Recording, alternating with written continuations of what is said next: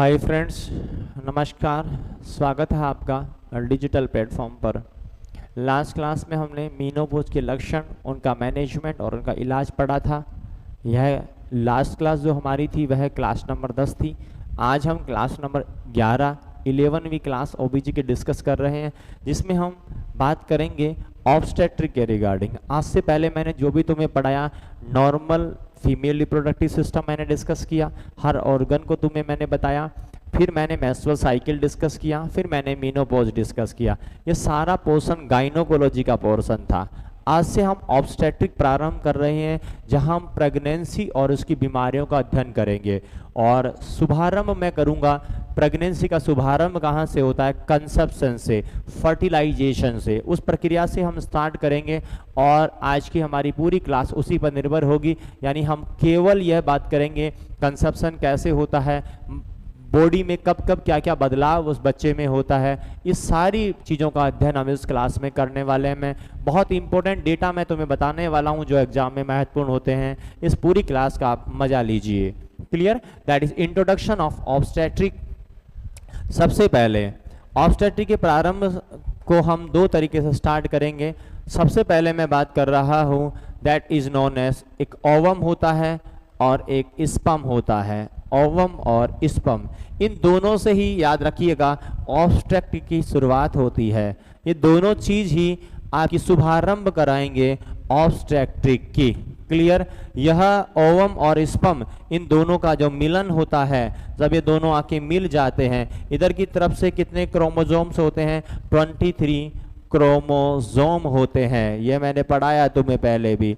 और इधर की साइड भी कितने होते हैं? 23 क्रोमोसोम।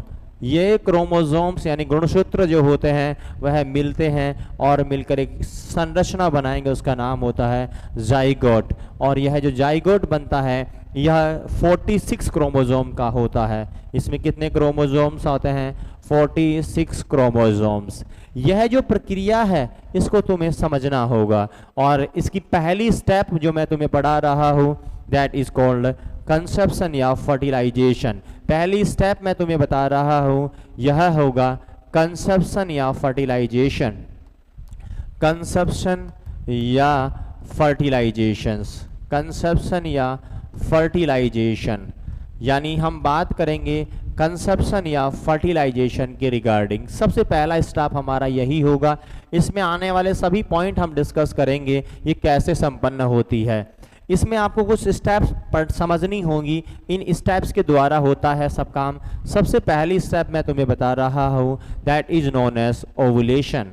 सबसे पहली प्रक्रिया तुम्हें पता होना चाहिए, वह है ovulation. Ovulation, that is known as ovulation. Ovulation कब होता है? तो यह बात हम पहले भी कर चुके हैं। आज मैं केवल एक लाइन लिखूंगा यहाँ पर। यह होता है 14 days before LMP।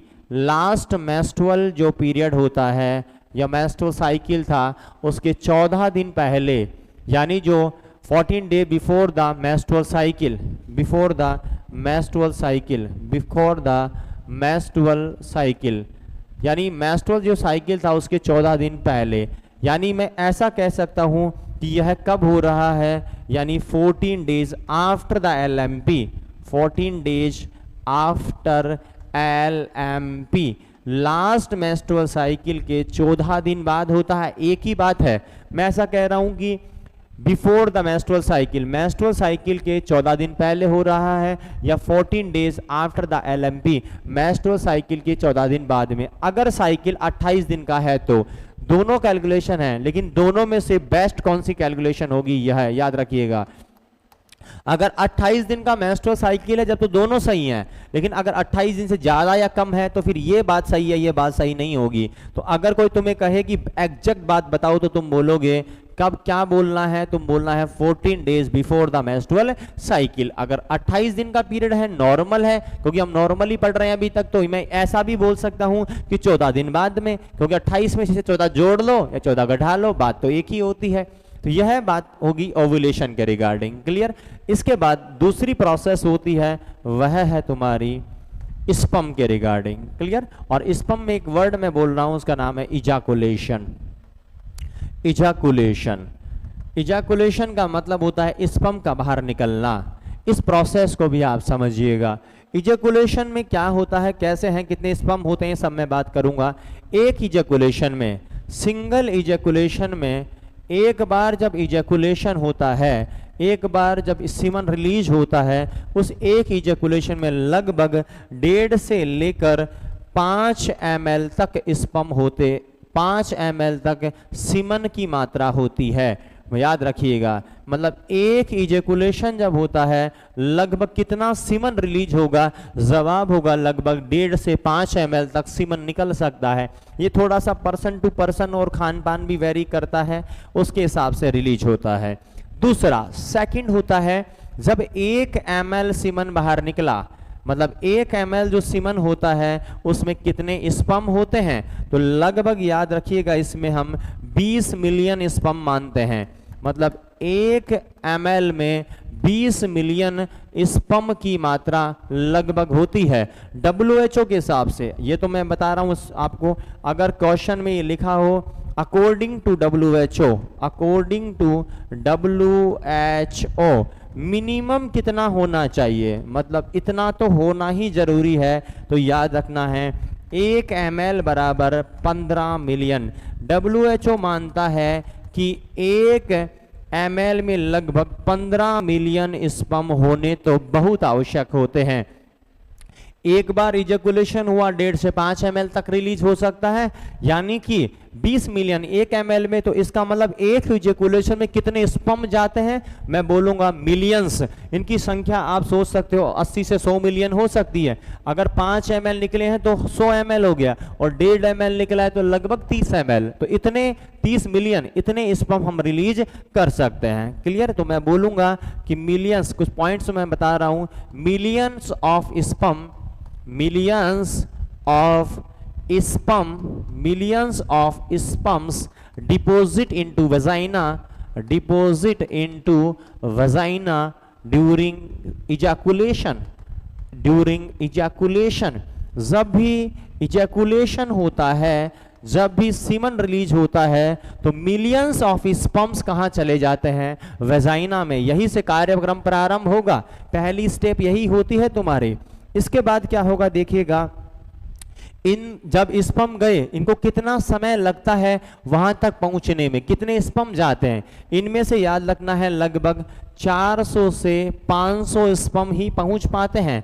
Sperms reach into fallopian tube, reach into fallopian tube, यानी कि फैलोपियन ट्यूब तक पहुंचते बाकी सब नष्ट हो जाते हैं। केवल 400 से 500 स्पर्म ही फैलोपियन ट्यूब में पहुंच पाते हैं। और कितना समय लगाते हैं, याद रखिएगा, यह समय लगभग होता है, यानी कि फ्यू मिनट्स का समय। कितना समय होता है, फ्यू मिनट्स। कुछ मिनट्स के अंतर्गत आपके स्पर्म जो होते हैं वह कहां से कहां पहुंच जाते हैं, वेजाइना से फैलोपियन ट्यूब में। याद रखिएगा, फ्यू मिनट्स में, कुछ मिनट्स में, फ्यू मिनट्स में स्पर्म जो होते हैं, sperm reach vagina to fallopian tube, vagina to fallopian tube. कुछ मिनट्स के अंतर्गत आपका जो स्पर्म होते हैं वह गति करेंगे, और गति करते हुए कहाँ पहुंच जाते हैं, याद रखिएगा, ये गति करते हुए हमारे को नजर आएंगे आपके कहाँ पर, तो याद रखिएगा आपके ये नजर आएंगे आपके फैलोपियन ट्यूब में। कुछ मिनट्स में स्पर्म गति करते हुए हम पहुंच जाते हैं आपके फैलोपियन ट्यूब तक। इसके अलावा ध्यान दीजिएगा, जब ये कार्यक्रम चल रहा है, इसी समय आपके जब स्पर्म वहां पहुंच जाएंगे उस समय फर्टिलाइजेशन होगा। लेकिन कितने स्पर्म जाते हैं, याद रखिएगा, केवल सिंगल स्पर्म, एक ही स्पर्म एंटर करता है, सिंगल स्पर्म, एक sperm, single sperm enter into ovum, केवल एक ही स्पर्म एंटर करता है। और यह समय कितना लगता है, लगभग याद रखिएगा 4 से 6 घंटे, 4 से 6 घंटे, 4 से 6 घंटे का लगभग समय लगता है इजेकुलेशन से पेनिट्रेशन तक का समय, क्लियर, एंट्री तक का समय। ये समय कितना मैं बता रहा हूं, ये समय मैं बता रहा हूं तुम्हारा इजेकुलेशन से लेकर ejaculation to penetration, to penetration of ovum, यानी कि स्पर्म निकलने से लेकर ओवम तक पहुंचने में, ओवम के अंदर जाने तक के समय का जो नॉर्मल समय है, याद रखिएगा ये कितना होता है, तुम्हारा जवाब होगा यह समय लगभग होता है आपका, यह समय लगभग होता है 4 से 6 घंटे का, यानी 4 से 6 घंटे के अंदर अंदर यह कहाँ पहुंच जाते हैं, आपके ओवम के अंदर पहुंच जाएंगे, क्लियर। और ओवम में पहुंचेंगे वह प्रक्रिया कैसे संपन्न होती है, एक स्पर्म पहुंचता है, बाकी सारे स्पर्म खत्म हो जाते हैं, ये मैंने पढ़ाया तो मैं। इसके अलावा देखिएगा यहां प्रक्रिया भी जब ये ओवम होता है और यह एक आपका स्पर्म में बना रहा हूं, एक स्पर्म है तुम्हारा, ये स्पर्म है, इसकी जो कवरिंग होती है, इसकी कवरिंग पर हाइलुरोनिक एसिड की कवरिंग है, हाइलुरोनिक एसिड, एक हाइलुरोनिक एसिड का कवर इस पर होता है और इसका जो कैप है यहां होता है हाइलुरोनिक एसिड, हाइलुरोनिक एसिड यहां होता है और यहां होता है हाइलुरोनिडेज, मतलब इसका कैप जो निकालता है वह है हाइलुरोनिडेज। ये हाइलुरोनिडेज जब इसके संपर्क में आएगा ये टूट जाएगी और वो इसके एंटर कर जाएगा, मतलब इसको अंदर प्रवेशित करेगा, इसे हम बोलते हैं उलीमा, इसे हम बोलते हैं उलीमा। जो ओवम में छेद बनता है जहां से वो एंटर करता है उसका नाम उलीमा होता है, मतलब ऐसे जैसे ये ओवम है और यहाँ पर जिस जगह पर हमने छेद किया जहां से इसे एंटर करवाया उसका नाम हम बोलेंगे उलीमा, और यहाँ से तुम्हारा इसे स्पर्म जो है वह एंटर करता है, इस जगह का नाम क्या होगा, तो तुम्हारा नाम होगा, इसे हम बोलते हैं उलीमा, यह कहलाता है उलीमा, यानी जिस जगह से एंटर करता है उसका नाम उलीमा होता है। यानी कि उलीमा क्या होगी, मैं बोलूँगा यह उलीमा का प्रोसेस कैसे होता है, तो मैं बोलूँगा कि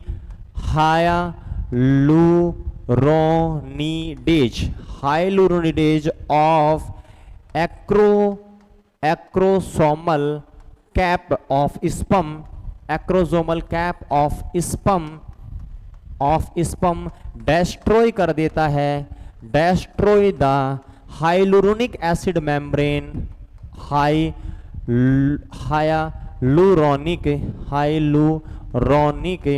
एसिड मेम्ब्रेन ऑफ ओवम। आपके जो ओवम की हाइलुरोनिक एसिड की जो कवरिंग होती है, यह हाइलुरोनिक एसिड जो है इसकी जो कवरिंग है उसे कौन तोड़ देगा, हाइलुरोनिडेज, और जब ये एंटर करेगा एक स्पेस बना लेगा, इसका नाम ही क्या होता है, दैट साइट कॉल्ड, इस साइट का नाम होता है उलीमा, जहां से अंदर जाता है उसका नाम क्या होता है बेटा जी, उलीमा, मतलब अंदर प्रवेशित हो गया, हमने उसका नाम दे दिया उलीमा, क्लियर, यह उलीमा कहलाता है। एक और चीज, कहाँ किधर से ओवम आता है, किधर से स्पर्म आता है, याद रखिएगा, और ये कहाँ संपन्न हो रहा है, ये कहाँ होता है, याद रखिएगा, फर्टिलाइजेशन कहाँ होता है, फर्टिलाइजेशन होता है एम्पुला में, फर्टिलाइजेशंस अकर्स इन एम्पुला, ये कहाँ हो रहा है, एम्पुला में, फैलोपियन ट्यूब के एम्पुला में संपन्न हो रहा होता है फर्टिलाइजेशन। क्वेश्चन एग्जाम का याद रखिएगा, मैं तुम्हारे लिए ये एक स्ट्रक्चर बना रहा हूँ और इस स्ट्रक्चर में तुम्हें समझ में आएगा, यह तुम्हारी एक फैलोपियन ट्यूब है और इस फैलोपियन ट्यूब के अंदर यहाँ पर ओपनिंग्स बनाते हैं, 2 ओपनिंग्स यहाँ होती हैं ऐसे,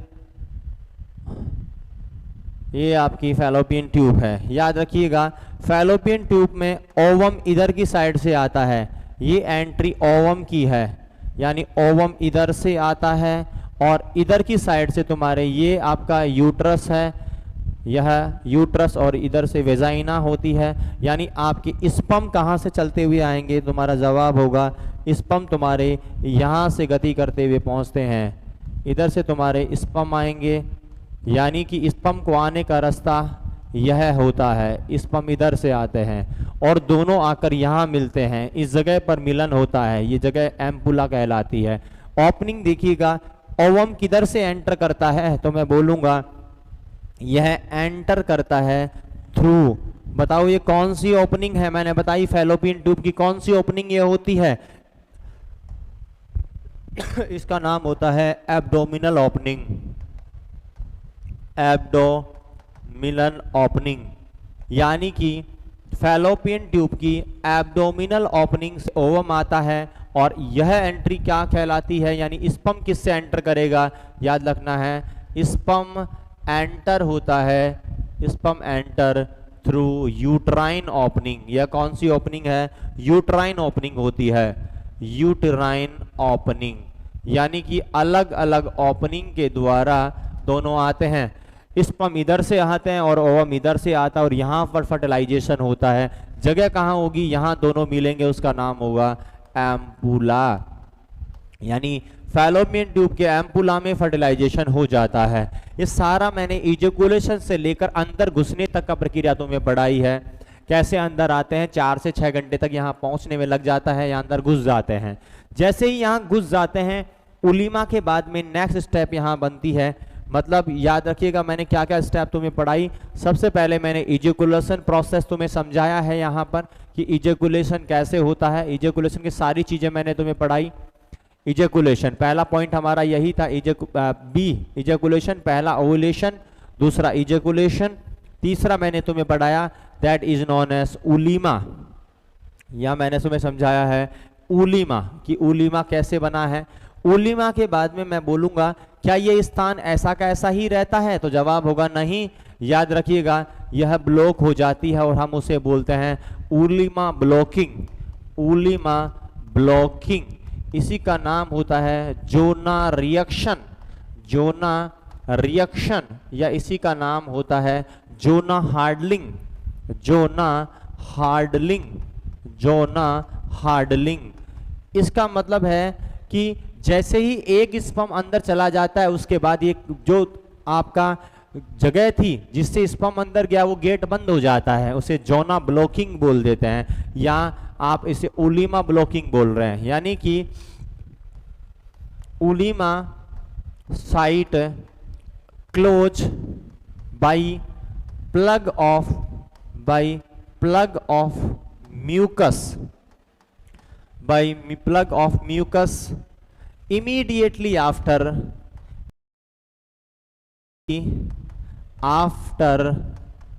entry of sperm, entry of sperm। जैसे ही एक स्पर्म अंदर चला जाता है उसके तुरंत बाद यह कवरिंग बंद हो जाती है। मतलब याद रखिएगा जो आपका ओवम है इसमें ये स्थिति पुनः बन जाती है, मतलब जो जगह थी जहाँ से अंदर गया था वो वापस क्लोज हो जाती है और आपका स्पर्म अंदर चला जाता है। ये अंदर मानो स्पर्म है और बाहर से ये रिएक्शन है, ऐसे हो जाती है। मतलब ये वाला जो स्थान है ये वापस क्या हो जाएगा बेटा, क्लोज हो जाता है। ये आपका स्पर्म अंदर है और ये जो वापस भरा है इसका बोलते हैं उलीमा ब्लॉकिंग।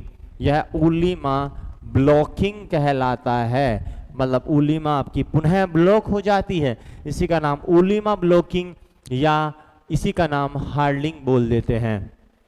ये काम हो जाएगा और यह प्रक्रिया होते होते ही जो काम हो जाएगा उसे हम बोल देंगे कि आपका जाइगोट बन गया। क्या बन गया, जाइगोट। क्लियर, इस प्रोसेस का नाम है जाइगोट। इसे बनने वाली प्रोसेस स्ट्रक्चर को नाम हम क्या दे देंगे बेटा जी, जाइगोट नाम दे देंगे। जाइगोट कब से कब होता है, 0 से लेकर 2 वीक का जो होता है उसे हम जाइगोट बोल देते हैं। और एम्ब्रियो हम बोलते हैं, एम्ब्रियो हम बोलते हैं 2 से लेकर 8 वीक का जो होता है उसे हम एम्ब्रियो बोल देते हैं। और फीटस हम बोलते हैं लगभग 8 वीक से लेकर डिलीवरी तक का जो समय होता है उसे हम बोल देते हैं आपका क्या बोल देते हैं बेटा जी, फीटस। तो यहाँ जाइगोट, एम्ब्रियो और फूटस, यहाँ क्या बना है, जाइगोट बन जाता है। फर्टिलाइजेशन कब होता है, याद रखिएगा, क्वेश्चन बता रहा हूं मैं, यह फर्टिलाइजेशन होता है ऑन 14th डे, 14वां दिन, 14th डे ऑफ LMP। 14वें दिन पर तो ओवुलेशन होता है, इसका मतलब फर्टिलाइजेशन इसके एक दिन बाद होगा, याद रखिएगा। यानी कि जब भी कोई तुम्हें पूछे कि बताओ कब होता है तुम्हारा ओवुलेशन, तो तुम बोलोगे कि ओवुलेशन होता है 14वें दिन पर। तो फर्टिलाइजेशन कौन से दिन होगा, तुम्हारा जवाब होगा 15वें दिन पर। क्लियर। तो क्वेश्चन याद रखिएगा, फर्टिलाइजेशन ऑन 15th डे, 15वें दिन ऑफ LMP। 15वें दिन पर होता है, 14वें पर नहीं, याद रखिएगा। 15वें पर क्या होता है तुम्हारा, 15th डे पर तुम्हें क्या देखने को मिलेगा, तुम्हारा 15th डे पर तुम्हें क्या देखने को मिलेगा, फर्टिलाइजेशन। 14वें दिन पर ओवम निकलता है और 15वें दिन पर फर्टिलाइजेशन हो जाता है। तो फर्टिलाइजेशन 15वें दिन पर होता है LMP के। क्लियर। अब इसके बाद मैं बात करूंगा, ये हो गया, इसके बाद में कुछ साइकिल में चेंजेज होगा। ये पहला दिन तक का प्रक्रिया हो गई, मतलब फर्टिलाइजेशन तक का काम मैंने तुम्हें समझा दिया है। पहला दिन पूरा हो गया, एजुकुलेशन हुआ, ओवम मिला, स्पर्म मिला, फर्टिलाइजेशन हो गया, जाइगोट की अवस्था उत्पन्न हो गई, ये जाइगोट ही बना रहेगा। इसके बाद देखिएगा, इसके बाद होता है आपका, जब शुरू के 30 घंटे होते हैं, शुरू के 30 घंटे में ये जो स्ट्रक्चर है यह 2 सेल में परिवर्तित हो जाएगी। एक सेल से 2 सेल बन जाएंगे 30 घंटे में। इसके अलावा लगभग 40 से 50 घंटे का समय लगेगा और 40 से 50 घंटे के अंदर अंदर ये जो सेल्स थी वह 4 सेल में परिवर्तित हो जाएंगी। ये 2 सेल के स्ट्रक्चर 4 सेल में बदल जाएगी।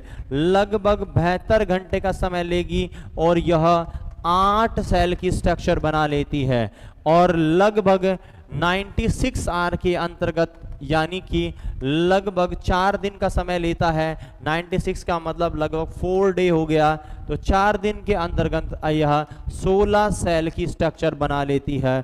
और ये जो 16 सेल बनी है इसे मोरूला बोलते हैं। क्या बोलते हैं, मोरूला। क्वेश्चन आता है, बताओ मोरूला कितनी सेल स्टेज को बोलते हैं, 16 सेल स्टेज का नाम मोरूला होता है। कौन से दिन बनता है यह, फर्टिलाइजेशन के 4वें दिन बन रहा है। 4 दिन का जो कंसेप्शन का प्रोडक्ट है उसमें 16 सेल होती है और उसे मोरूला बोल देते हैं। क्लियर। अब सुनिएगा, यह आपका जो मोरूला स्टेज है, यानी कि जो जाइगोट होता है, जाइगोट या कंसेप्शन का प्रोडक्ट, आप इसे कंसेप्शन प्रोडक्ट बोल सकते हो। यह कंसेप्शन प्रोडक्ट 3 से 4 दिन तक यही फैलोपियन ट्यूब में रहता है। Concept product present in fallopian tube, present in fallopian tube for 3 to 4 days. 3 से 4 दिन तक यह यूट्रस में नहीं जाता है, यहीं बना रहेगा, मतलब फैलोपियन ट्यूब में ही पड़ा रहता है अभी तक। तो जहां फर्टिलाइजेशन हुआ उसके आगे ही आसपास ही पड़ा रहता है। उसके बाद क्या होगा, यह जो है यह 3 से 4 दिन तक उसे कौन पोषण देगा, इस समय उसे न्यूट्रिशन कौन देता है, याद रखिएगा। ड्यूरिंग दिस पीरियड इसे न्यूट्रिशन कौन दे रहा होता है, during this period uterine milk, uterus से जो सिक्रेशन निकलता है उसे हम बोलते हैं यूट्राइन मिल्क। इसके अलावा जो बचे हुए स्पम्स हैं, उन स्पम्स में भी कार्बोहाइड्रेट आता है। तो sperms and peg cell of fallopian tube provide nutrition to zygote, provide during this period uterine milk, sperms and peg cell of fallopian tube provide nutrition to zygote, जो तुम्हारा zygote है fallopian tube में पड़ा है उसे nutrition भी मिल रहा होता है, वरना मर जाएगा वो इस दौरान। तो इस समय उसे न्यूट्रिशन कौन देता है, यहाँ 3 चीज मैंने बताई, uterine milk, peg cell of fallopian tube और स्पम्स, ये उसे न्यूट्रिशन प्रदान करते हैं ताकि वो 4 दिन तक जिंदा रह सके। इसके बाद में यह 4 दिन के बाद कहाँ है चालू हो जाता है, याद रखना है आफ्टर 4th डे, चौथे दिन पर आफ्टर 4th डे, चौथे दिन पर after 4th day zygote transfer, ये चालू हो जाता है transfer fallopian tube to uterus, या यूट्रस में जाना चालू हो जाता है। और कौन से ओपनिंग से जाएगा, याद रखना है थ्रू यूट्राइन ओपनिंग। जिस ओपनिंग से तुम्हारे क्या आए थे, स्पर्म आए थे, उसी ओपनिंग से यह वापस जाएगा, क्योंकि इसे यूट्रस की तरफ जाना है। ये तुम्हारा यूट्रस है और ये तुम्हारी फैलोपियन ट्यूब थी। यहाँ पर तुम्हारा क्या बना था, ये तुम्हारा जाइगोट बना था। ये जाइगोट इधर मूव करेगा चौथे दिन पर, यानी ये ओपनिंग कौन सी है तुम्हारी, यूट्राइन ओपनिंग। इसी ओपनिंग से चलकर यहाँ इम्प्लांटेशन होगा। यह प्रक्रिया होती है चौथे दिन पर प्रारंभ हो जाता है। उसके बाद में 5वें दिन पर क्या होगा, एट 5th डे, जब 5वां दिन आएगा यहाँ क्या होगा देखिएगा। फर्टिलाइजेशन के बाद 5वां दिन जब आता है, यहाँ 2 स्ट्रक्चर बनती हैं। एक बनेगा formation of blastocyst, formation of blastocyst. Question आता है बताओ ब्लास्टोसिस्ट कब बनती है, तुम बोलोगे कि ब्लास्टोसिस्ट का निर्माण होता है 5वें दिन पर। 5वें दिन पर ब्लास्टोसिस्ट बन जाती है। ये क्या होती है ब्लास्टोसिस्ट, जो मोरुला की सेल बनी थी, उस मोरुला की सेल के ऊपर जब म्यूकस का कवर हो जाता है उसे ही हम बोल देते हैं ब्लास्टोसिस्ट। यानी इसके ऊपर एक कवरिंग में बना दूं तो उसका नाम हो जाएगा ब्लास्टोसिस्ट। यानी ब्लास्टोसिस्ट का मतलब होता है mucus cover on morula cells. जो मोरुला की सेल्स होती हैं उनके ऊपर म्यूकस का कवर बन जाना ही ब्लास्टोसिस्ट कहलाता है। और यह 5वें दिन पर बन जाता है, मतलब उन सेल को एक म्यूकस का कवर घेर लेता है, इसे बोल देंगे हम क्या, ब्लास्टोसिस्ट। इसी 5वें दिन पर एक और काम होता है और यह होता है इसकी जो जोना पैलासुडा है वो डिसअपियर हो जाती है। इसके ऊपर से जोना पैलासुडा डिसअपियर हो जाएगा। डिसअपियर ऑफ जोना पैलूसिडा, जो जोना पैलूसिडा है वह डिसअपियर हो जाती है 5वें दिन पर। और इसे क्या बोलते हैं, इसे कहा जाता है कोल्ड जोना हैचिंग। इसका नाम होता है बेटा जोना हैचिंग, इसे हम बोलते हैं जोना हैचिंग। मतलब जोना हैचिंग कौन से समय में होगा, याद रखिएगा जोना हैचिंग तुम्हें देखने को मिल जाती है कौन से समय में, 5वें दिन पर। जब 5वें दिन का कार्यक्रम हो रहा होता है उस समय जोना हैचिंग देखने को मिल जाएगी। 5वें दिन पर ब्लास्टोसिस्ट बन रही है, यानी मोरुला जो स्टेज होती है, यह मोरुला स्टेज के ऊपर एक म्यूकस का कवर बन जाता है और हम उसे बोल देते हैं तुम्हारा ब्लास्टोसिस्ट। यही यहाँ इसके ऊपर से जोना पैलासुडा डिसअपियर हो जाएगी और हम उसे बोल देंगे जोना हैचिंग। 5वें दिन पर फर्टिलाइजेशन के बाद में 5वें दिन पर यह कार्यक्रम संपन्न हो जाता है।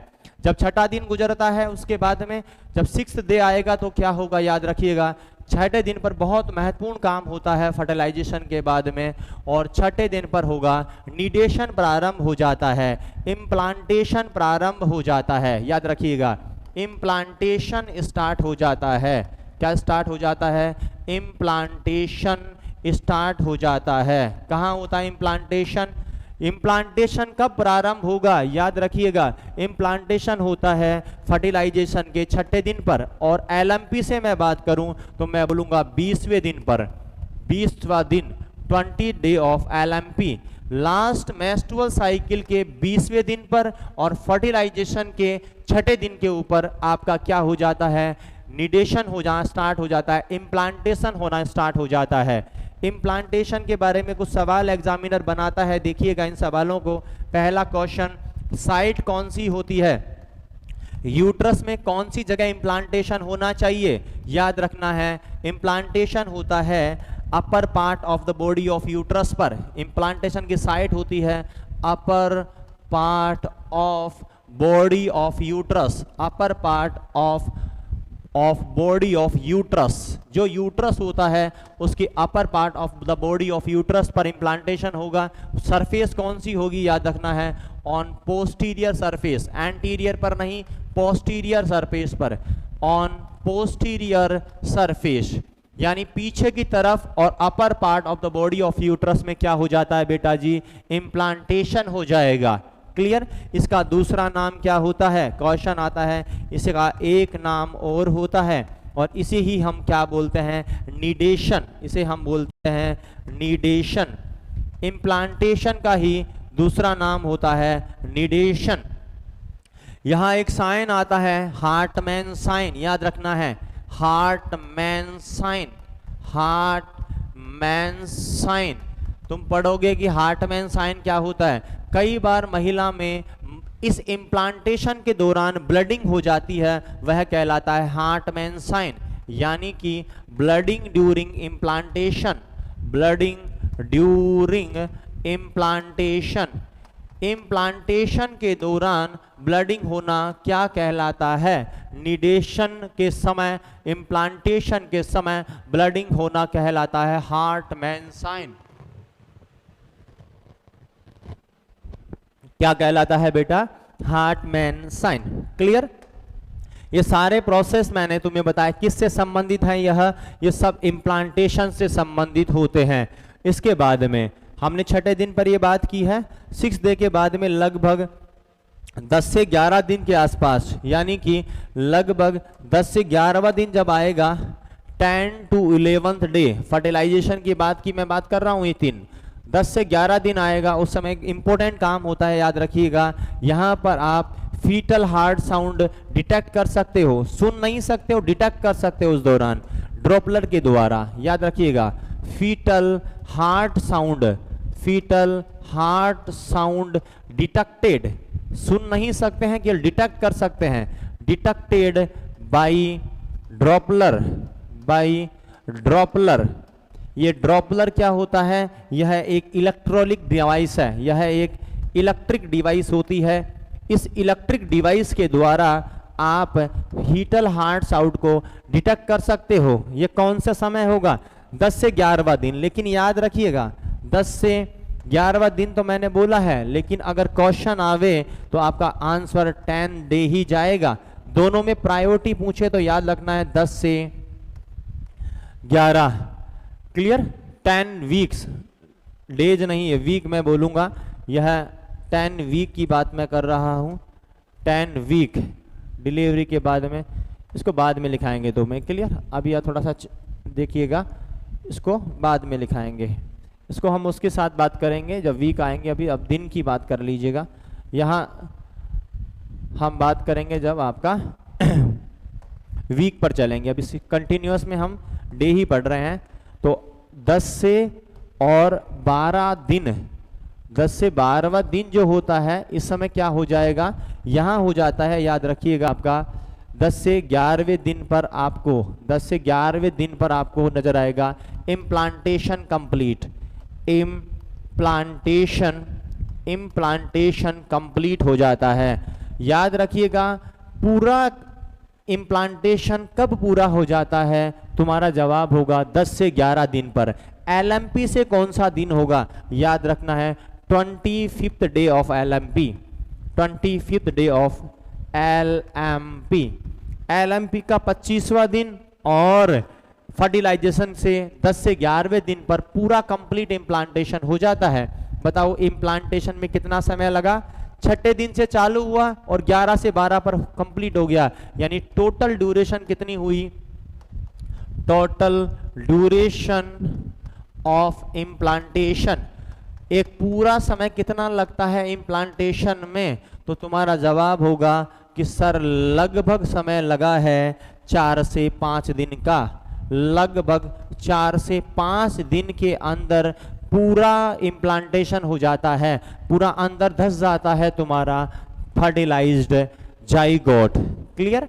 इसके बाद में 11वां दिन हो गया, उसके बाद 13 दिन पर, जब 13वां दिन आता है तो बनती है primary villi, formation of primary villi, primary villi 13वें दिन पर बन जाती हैं formation of primary villi, formation of primary विल्लाई।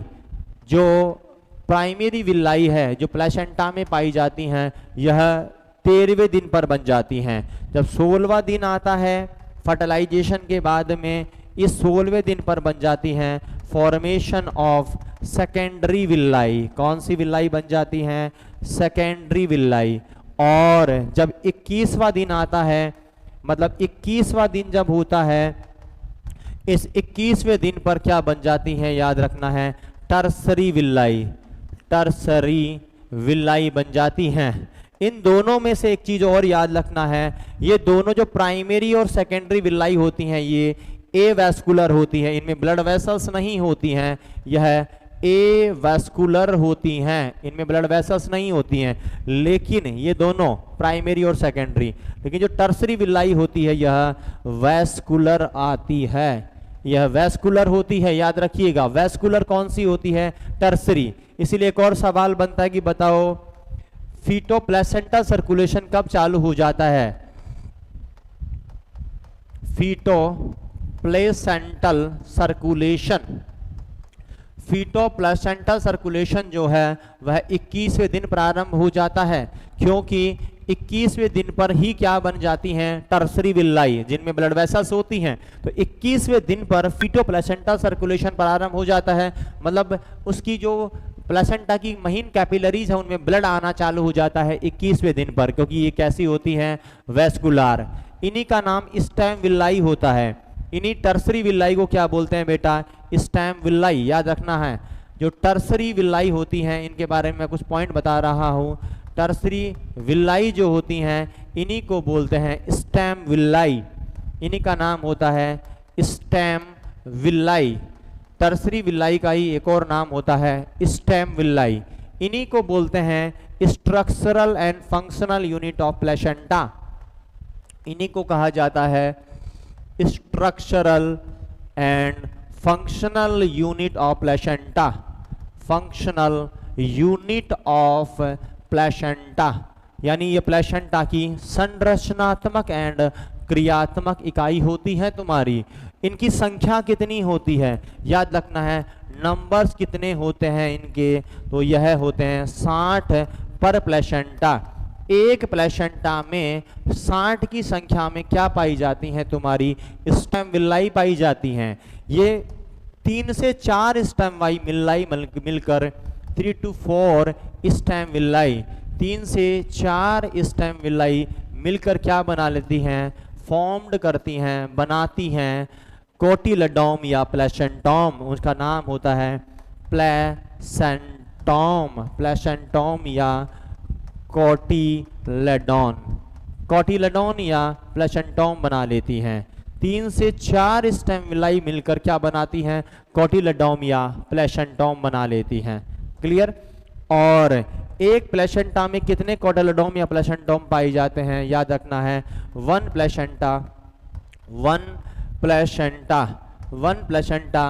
Carry 15 से 29, याद रखना है 15 to 29 कोटिलेडोम या प्लेसेंटोम, कोटिलेडोन या प्लेसेंटोम, कोटिलेडोम या प्लेसेंटोम पाए जाते हैं।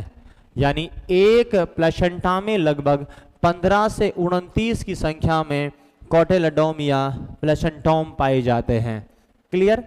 और ध्यान दीजिएगा बेटा जी, इसके अलावा आपका जो ये प्रोसेस मैंने 21 दिन का तुम्हें पढ़ाया, इसके बाद लगभग 2 से 3 वीक जब हो जाते हैं, लगभग 2 से 3 वीक का मतलब होता है लगभग वही आपका 14 से 21 दिन का समय।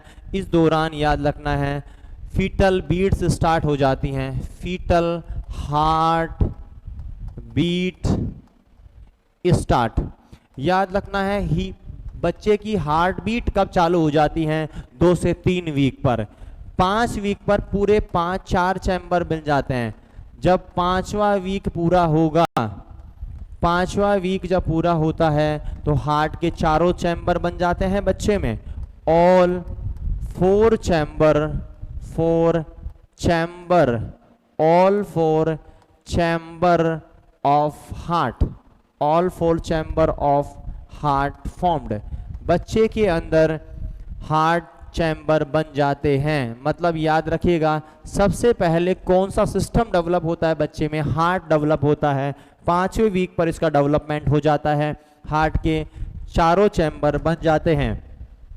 इसके बाद 8वें वीक के आसपास, 8वां वीक जब होता है तो याद रखना है क्या हो जाएगा?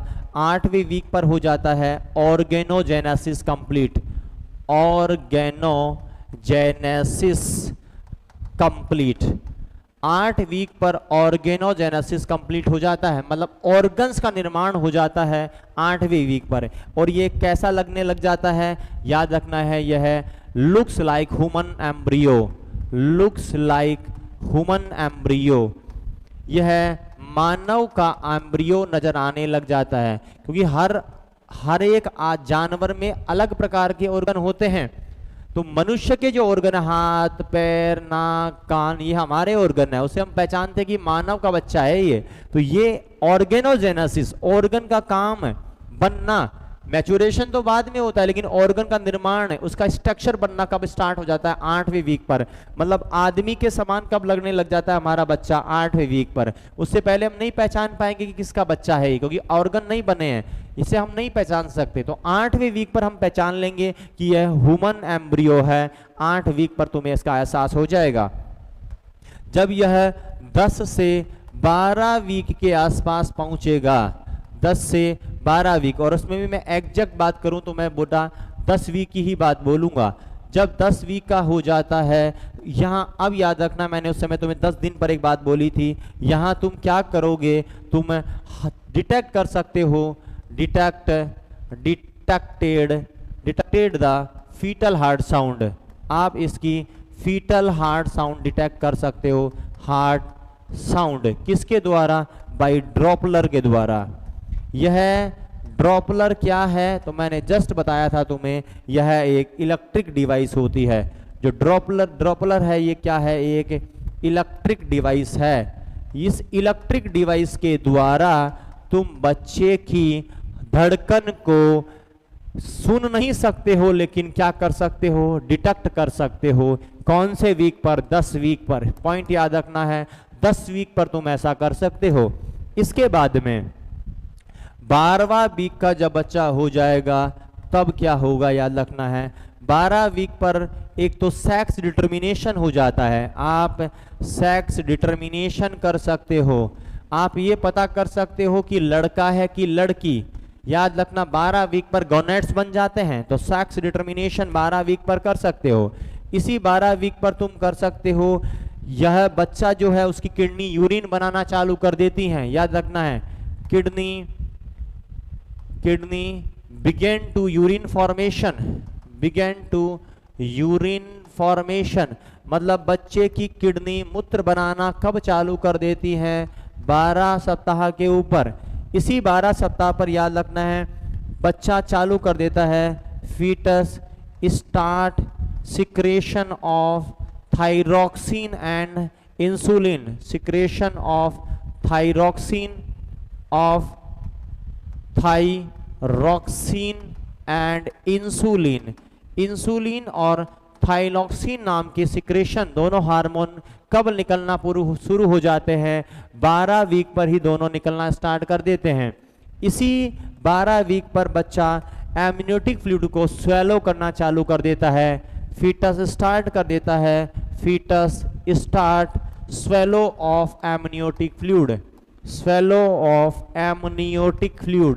जो एमनियोटिक फ्लूइड होता है, उस एमनियोटिक फ्लूइड को निकलना चालू कर देता है। एमनियोटिक फ्लूइड क्या काम आता है? याद रखना है, यह एमनियोटिक फ्लूइड उसका रेस्पिरेटरी और जीआईटी सिस्टम का डेवलपमेंट करता है। याद रखना है, amniotic fluid responsible for respiratory और जीआईटी सिस्टम डेवलपमेंट, दोनों सिस्टम का डेवलपमेंट कराने के लिए बच्चे को क्या निगलना जरूरी है, याद रखना है एमनियोटिक फ्लूइड। यह एमनियोटिक फ्लूइड कब निकलना चालू कर देता है, 14वें आपके 12वें वीक पर। 12 वीक पर क्या क्या बताया, सेक्स डिटर्मिनेशन चालू, किडनी मूत्र बनाना चालू, बच्चा थायरोक्सिन और इंसुलिन निकालना चालू कर देता है और बच्चा एमनियोटिक फ्लूइड को निगलना चालू कर देता है। ये सब प्रक्रियाएं कौन से वीक पे हो रही है, याद रखना है यह सब 12 वीक पर चालू कर देता है। उसके बाद जब बच्चा 20 वीक का आता है, एट 20 वीक, जब बच्चा 20 वीक का होता है तो याद रखना है यहाँ तुम्हें फीटल हार्ट साउंड तुम सुन सकते हो। Hear the fetal heart sound, वहां डिटेक्ट किया था, यहाँ सुनना है।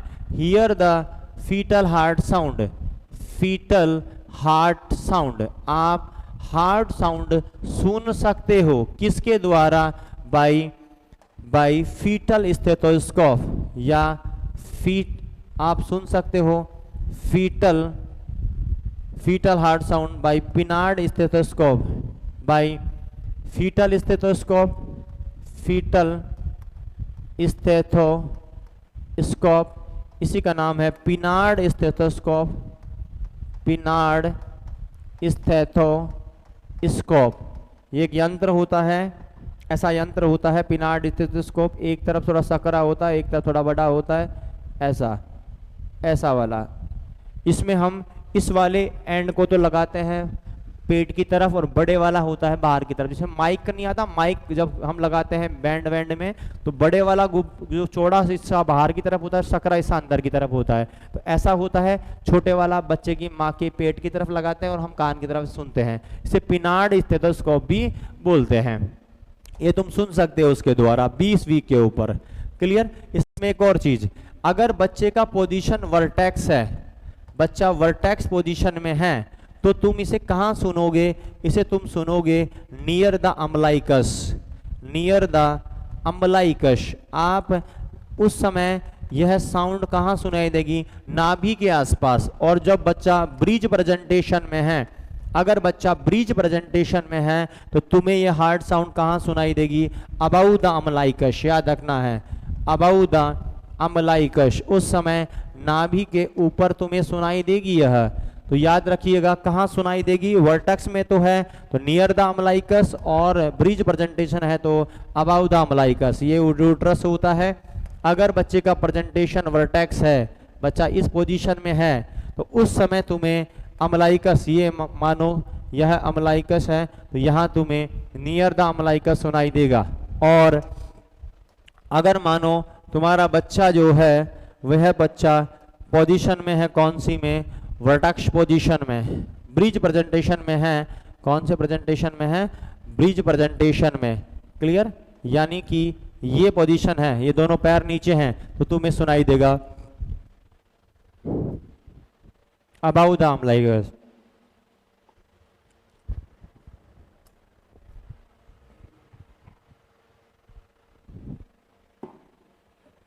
यह आपका नॉर्मल हार्ट साउंड का डिटेक्शन हुआ। यह 20 वीक की मैंने बात की।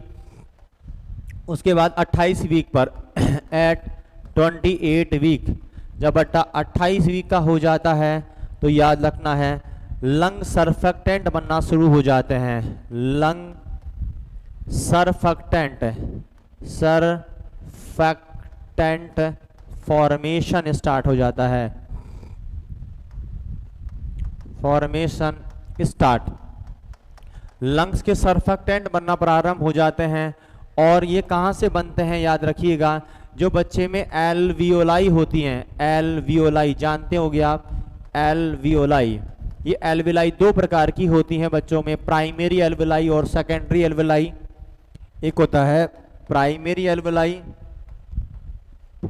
प्राइमरी एल्वियोलाई, इनकी संख्या लगभग 95% होती है। और दूसरी होती है सेकेंडरी एल्वियोलाई, सेकेंडरी एल्वियोलाई, इनकी संख्या लगभग 5% होती है। इनमें से याद रखना, ये ज़्यादा वाली जो होती है इनका काम होता है केवल गैस एक्सचेंज करना। ये क्या करती हैं, गैस का एक्सचेंज करती हैं। आपका जो ऑक्सीजन और कार्बन डाइऑक्साइड का जो गैस एक्सचेंज है, इनका काम प्राइमरी विलाई का ही होता है। लेकिन ये जो होती हैं ये क्या बनाती हैं, ये सर्फेक्टेंट बनाती हैं। इनका काम होता है formation of surfactant, formation of lung surfactant, lung surfactant, lung surfactant ये बनाती हैं। क्लियर? लंग सर्फेक्टेंट कौन से होते हैं? दो मोस्टली होते हैं, लेसिथिन और स्पिंगोमाइलिन, याद रखना है। लेसिथिन, लेसिथिन और स्पिंगोमाइलिन, स्पिंगोमाइलिन ये दो लंग सर्फेक्टेंट होते हैं जो बनाती हैं तुम्हारी सेकेंडरी एल्वेलाई। का काम है इनका, याद रखना है। लंग सर्फेक्टेंट क्या करते हैं? यह है जो लंग सर्फेक्टेंट होते हैं, the collapse of lungs, prevent the collapse of lungs, collapse of lungs, हमारे लंग्स को कोलैप्स होने से बचाते हैं। यानी एक बीमारी है उसका नाम है एटिलैक्टोसिस, एटिलैक्टोसिस। इस एटिलैक्टोसिस का मतलब होता है लंग्स का कोलैप्स हो जाना। इस लंग्स कोलैप्स को कौन बचाता है? लंग्स सर्फेक्टेंट बताते हैं। क्लियर? यानी इसीलिए एक क्वेश्चन आता है कि अगर बच्चा 7 महीने पहले पैदा हो, यानी 28 वीक पहले पैदा हो, तो क्या जिंदा रह पाएगा? नहीं। याद रखना है, if child survive, if child birth, if child birth before 7 month, अगर 7 महीने पहले पैदा हुआ यानी कि 28 वीक पहले पैदा हुआ, तो लेस चांस ऑफ सर्वाइव रहता है, क्योंकि वह लंग्स मैच्योर नहीं हुए हैं। लेस चांस ऑफ सर्वाइवल, इसके सर्वाइवल की संभावना कम रहती। क्यों? ड्यू टू इमेच्योर लंग्स, इसके लंग्स क्या होते हैं? इमेच्योर लंग्स होते हैं। और इसीलिए याद रखा करो कि जिन बच्चों के अंदर, इसका रेशो भी होता है LS रेशो, कितने होने चाहिए? ये दोनों सर्फेक्टेंट का लेवल कितना होना चाहिए? लेसिथिन और स्पिंगोमाइलिन, L का मतलब है लेसिथिन, S का मतलब है स्पिंगोमाइलिन, इनका लेवल कितना होना चाहिए? L का मतलब है लेसिथिन और S का मतलब है स्पिंगोमाइलिन, इनका लेवल कितना होना चाहिए?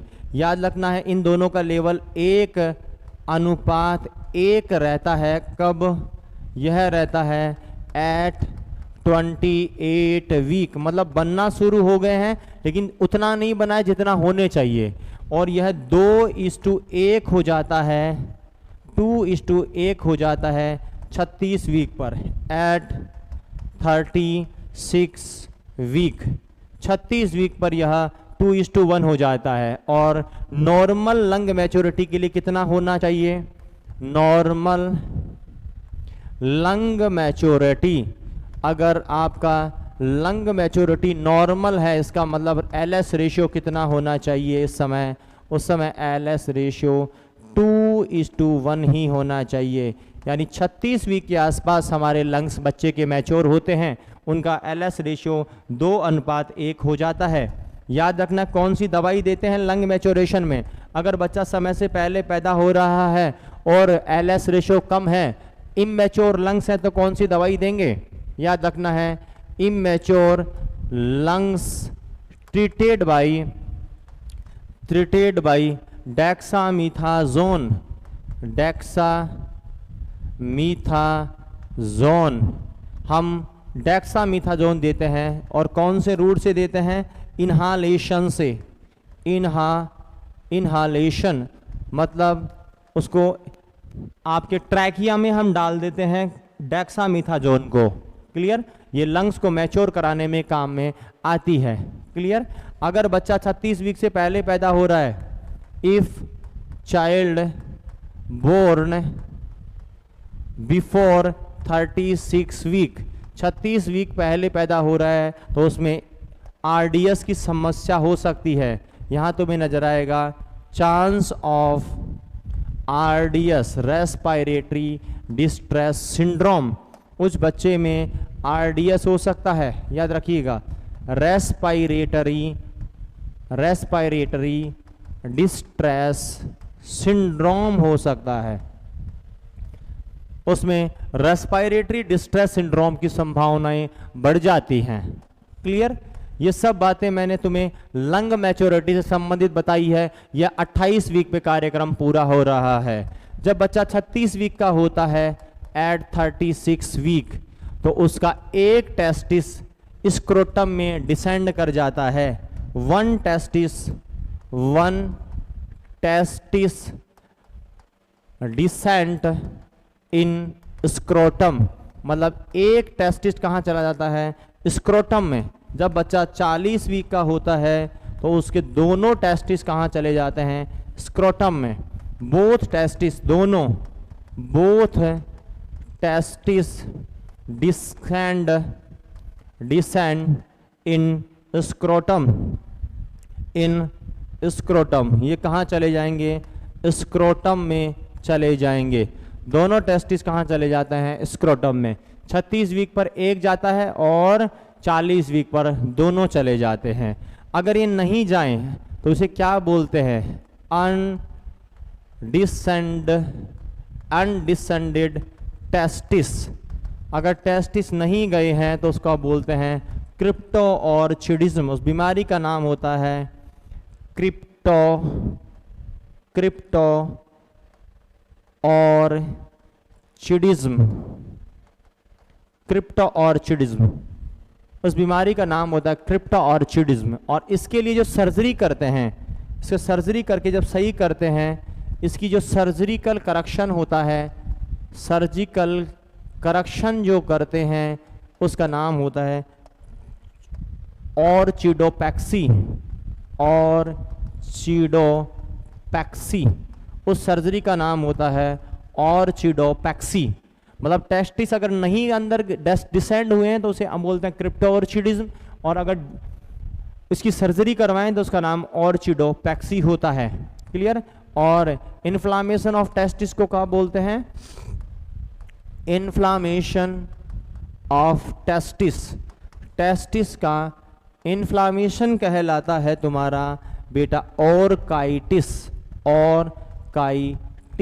यह बताया कौन सी बीमारी में नजर आता है? यह मम्स नाम की बीमारी में नजर आता है। Mostly seen in moms. मैं कम्युनिटी में तुम्हें पढ़ाऊंगा, तुमने पढ़ लिया होगा या